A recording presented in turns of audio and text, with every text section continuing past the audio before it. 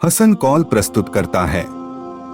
खुतबात 1, ईमान की हकीकत। मौलाना सैयद अबुल आला मौदूदी रहमतुल्लाह अलैह। मुसलमान और काफिर का असली फर्क। आज मुसलमान बेइज्जत क्यों? पार्ट 6। बिस्मिल्लाहिर्रहमानिर्रहीम। अल्लाह के नाम से जो बड़ा ही मेहरबान और निहायत रहम वाला है। भाइयों, आप अपने आप को मुसलमान कहते हैं और आपका ईमान है कि मुसलमान पर खुदा की रहमत होती है। मगर जरा आंखें खोलकर देखिए, क्या खुदा की रहमत आप पर नाजिल हो रही है? आखिरत में जो कुछ होगा वह तो आप बाद में देखेंगे, मगर इस दुनिया में जो आपका कुछ हाल है उस पर नजर डालिए। आप अब भी करोड़ों की तादाद में हैं। इतनी बड़ी तादाद अगर इस्लाम की रूह और ईमान की कुव्वत रखती होती तो आप यूं बेबस और बेवजन न होते, बल्कि अल्लाह ने आपके हाथ में हुकूमत सौंपी होती। आपका सिर जो खुदा के सिवा किसी के आगे न झुकता था, अब इंसानों के आगे झुक रहा है। आपकी इज्जत जिस पर हाथ डालने की कोई हिम्मत न कर सकता था, आज मिट्टी में मिल रही है। आपका हाथ जो हमेशा ऊंचा ही रहता था, अब वह नीचा होता है और इस्लाम के दुश्मनों के आगे फैलता है। जिहालत, गरीबी और कर्जदारी ने हर जगह आपको ज़लील व रुस्वा कर रखा है। क्या यह खुदा की रहमत है? अगर यह रहमत नहीं है बल्कि खुला हुआ गजब और प्रकोप है, तो कैसी अजीब बात है कि मुसलमान और उस पर खुदा का गजब नाजिल हो, मुसलमान और जलील हो, मुसलमान और गुलाम हो। यह तो ऐसी नामुमकिन बात है जैसे कोई चीज सफेद भी हो और काली भी। जब मुसलमान खुदा का महबूब और प्रिय है, तो खुदा का महबूब दुनिया में जलील और बेइज्जत कैसे हो सकता है? अल्लाह की पनाह। क्या आपका खुदा जालिम है कि आप तो उसका हक पहचाने और उसकी फरमाबरदारी करें और वह नाफरमानों को आप पर हाकिम बना दे और आपको फरमाबरदारी के बदले में सजा दे? अगर आपका ईमान है कि खुदा जालिम नहीं है और अगर आप यकीन रखते हैं कि खुदा की फरमाबरदारी का बदला जिल्लत से नहीं मिल सकता, तो फिर आपको मानना पड़ेगा कि मुसलमान होने का दावा जो आप करते हैं उसी में कोई गलती है। आपका नाम सरकारी कागजों में तो जरूर मुसलमान लिखा जाता है, मगर खुदा के यहाँ किसी सरकार के दफ्तर की सनद पर फैसला नहीं होता।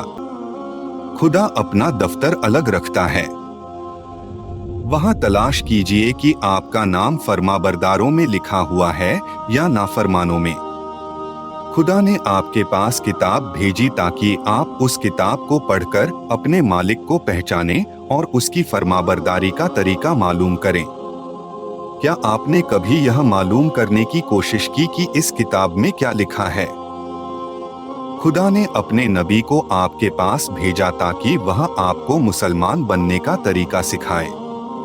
क्या आपने कभी यह मालूम करने की कोशिश की कि उसके नबी सल्लल्लाहु अलैहि वसल्लम ने क्या सिखाया है? खुदा ने आपको दुनिया और आखिरत में इज्जत हासिल करने का तरीका बताया। क्या आप उस तरीके पर चलते हैं? खुदा ने खोलकर बताया कि कौन से काम हैं जिनसे इंसान दुनिया और आखिरत में बेइज्जत होता है। क्या आप ऐसे कामों से बचते हैं? बताइए, आपके पास इसका क्या जवाब है?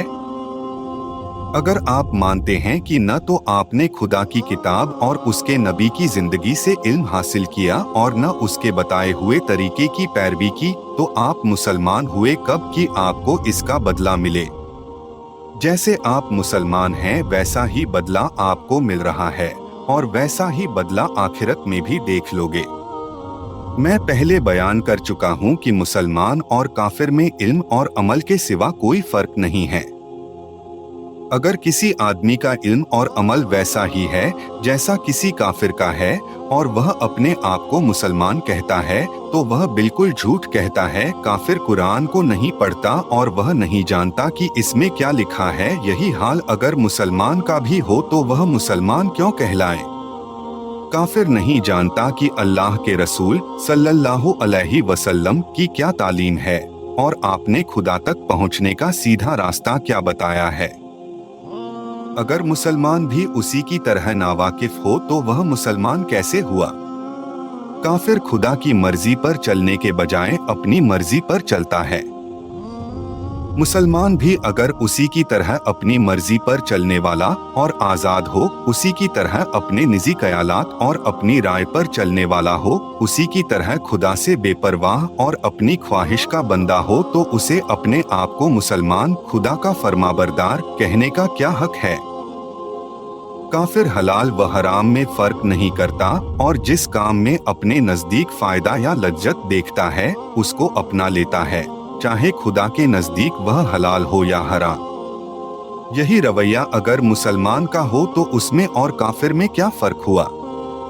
गरज यह है कि जब मुसलमान भी इस्लाम के इल्म से उतना ही कोरा हो जितना काफिर होता है, और जब मुसलमान भी वही सब कुछ करे जो काफिर करता है, तो उसको काफिर के मुकाबले में क्यों बड़ाई हासिल हो और उसका हश्र भी काफिर जैसा क्यों न हो?